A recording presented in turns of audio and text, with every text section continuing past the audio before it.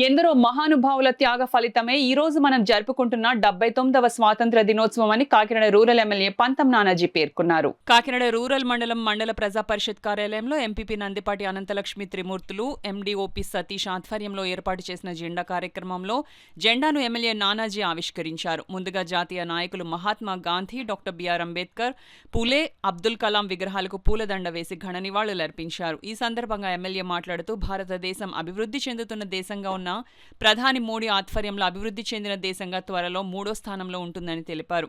ఎందరో మహానుభావులు దేశ స్వాతంత్ర్యం కోసం పోరాటం చేసిన వారిని గుర్తు చేసుకోవడం మన బాధ్యతని తెలిపారు. అలాగే జాతీయ జెండాను ఆవిష్కరించడానికి మన ఉప ముఖ్యమంత్రి పవన్ కళ్యాణ్ రావడం, అది మన కాకినాడ జిల్లాలో ఆవిష్కరించడం ఆనందదాయకమన్నారు. ముఖ్యమంత్రి చంద్రబాబు నాయుడు రాష్ట్రాన్ని అన్ని విధాలా అభివృద్ధి చేస్తున్నారని, కూటమి ప్రభుత్వంలో ప్రజలు ఆనంద ఉత్సవాలతో ఉన్నారని అన్నారు. ముందుగా ఉత్తమ సేవా పురస్కారాన్ని అందుకున్న ఎండీఓ సతీష్ను మరియు మండల ఎన్ఆర్ఈజీఎస్ సిబ్బంది ప్రశంసా పత్రాలను ఎమ్మెల్యే అందజేసి అభినందించారు. ఈ కార్యక్రమంలో superintendent Bhimashankar, APO Ganesh, MEO SA ఆరగోపాల్, సూర్యలక్ష్మి, ఎన్ఆర్ఈజీఎస్ సిబ్బంది, మండల సిబ్బంది తదితరులు పాల్గొన్నారు. చేసుకుంటున్నామంటే ఇవాళ ఎంతో మంది త్యాగమూర్తుల యొక్క త్యాగాలు, కృషులు ఇవాళ మనం ఇవాళ చేసుకోవడం జరుగుతూ ఉంది. ఇవాళ చాలా సంతోషకరం. గత నెల రోజులుగా నేను టీవీలో చూస్తూ ఉన్నాను.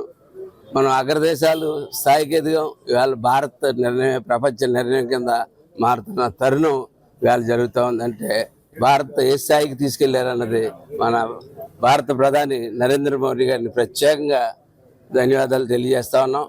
అట్లాగే ఏనాటి నుంచో మాకు కళ, ఆ కళ గత సంవత్సరం తీరింది, ఇప్పుడు కూడా తీరుతూ ఉంది. పవన్ కళ్యాణ్ గారు జాతీయ జెండా ఎగరేయాలి, అది రాష్ట్రంలో ఎగరేయాలన్నది మా కోరిక. అది ఈ జిల్లాలో వేళ మన కాకినాడలో ఆయన ఎగరేయడం అనేది మా కళ, నిజమైన సందర్భం. కాబట్టి మనందరూ కూడా అక్కడికి తరలి వెళ్ళి పెద్ద ఎత్తుగా ఆ కార్యక్రమాన్ని విజయవంతం చేయాలని కోరుకుంటూ, అలాగే అభివృద్ధి చెందుతున్న దేశం నుంచి అగ్రస్థాయి దేశంగా ఎదిగిన భారతదేశానికి చేసి పరిపాలించిన నాయకుడు అయినటువంటి మోడీ గారికి మరొక్కసారి ధన్యవాదాలు తెలియజేసి సెలవు తీసుకుంటాను.